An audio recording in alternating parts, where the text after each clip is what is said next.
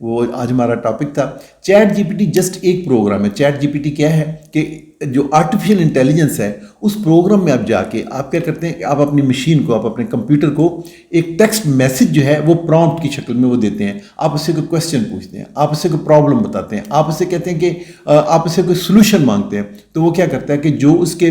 Back and پہ data پڑا ہوا ہے وہ اس کو انالائز کرتا ہے اور پھر آپ کے پرومپٹ کا وہ آؤٹ پٹ جو ہے وہ ہو سکتا ہے کہ آپ نے اس سے کوئی اسپیچ مانگی ہو سکتا ہے کہ آپ نے اس کے کوئی کمپلیکس جو ہے اپنے پیشنٹ کی جو ہے کوئی ڈیزیز جو ہے وہ بتائی اور اسے ڈائگنوسس مانگی ہو سکتا ہے کہ آپ نے اسے کوئی جو ہے ایک کمپلیکس جو پرابلم دے دی کہ اسے سالو کر کے مجھے دو. تو یہ ہے چیٹ جی پی ٹی. اب اس میں اور بھی بہت سے پروگرام ہیں جیسے مڈ جرنی ہے. آپ اسے مختلف جو امیجز دیتے ہیں اور آپ اسے کہتے ہیں پرومپٹ یہ دیتے ہیں کہ I need this sort of image. مثلا میں اسے ڈاکٹر تو میں اسے کہوں گا کہ مجھے ایک ایسا امیج چاہیے جس میں ڈاکٹر جو ہے ایک راؤنڈ کر رہا ہے اور دیکھیں کہ باقی اس کی ٹیم کو آپ کیسے پلیس کریں گے، یا وہ پرابلم سالو کر رہا ہے یا وہ او پی ڈی میں بیٹھا ہے تو اس کو آپ امیجز مجھے دے کے بتائیے کہ اس میں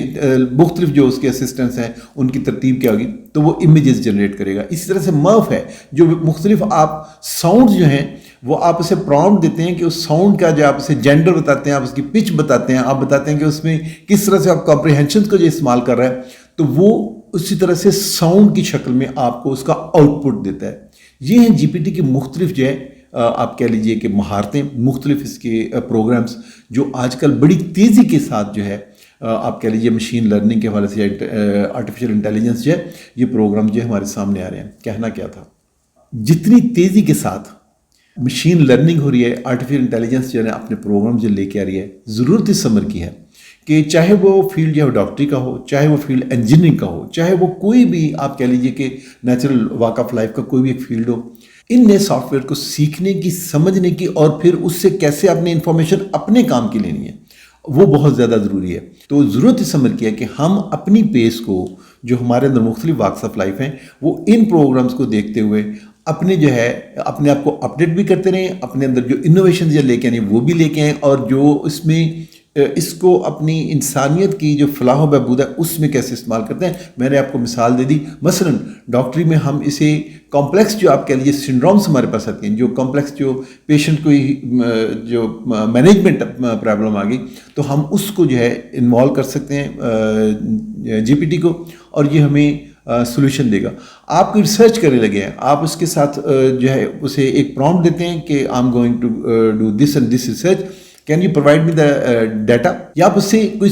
کمپلیکس جو ہے سچویشن دے کے اس کا سولوشن پوچھ سکتے ہیں. آپ اسے اپنی ریکارڈ کیپنگ میں رکھ سکتے ہیں، آپ اسے پیشنٹ کو جو ہے کاؤنسلنگ کے لیے اس کے لیے استعمال کر سکتے ہیں، آپ اسے اپنی ضروریات کے مطابق اس کے ساتھ برین اسٹارمنگ کر سکتے ہیں، اس سے سولوشنز لے سکتے ہیں اور اسے اپنی جو ہے ضرورت کے مطابق اسے پھر اخذ کر سکتے ہیں. اس میں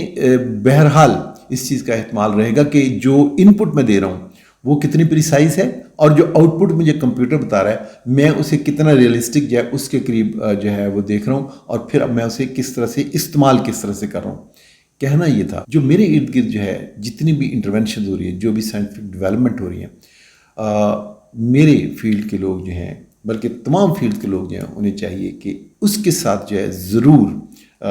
ان ٹچ رہیں، اس کو سیکھیں، اس کو امپلیمنٹ کریں اور اس کو دیکھیں جو اس کے بینیفٹس ہیں. اس کے نو ڈاؤٹ کہ اس کے ہارمز بھی ہیں، ہم کسی وقت اگلے نیکسٹ جو ہے ویڈیو اس میں ڈیٹیل سے بات کریں گے کہ اسے آپ نے استعمال کیسے کرنا ہے، اس کے بینیفٹس کیا ہیں، اس کی ڈس ایڈوانٹیجز کیا ہیں.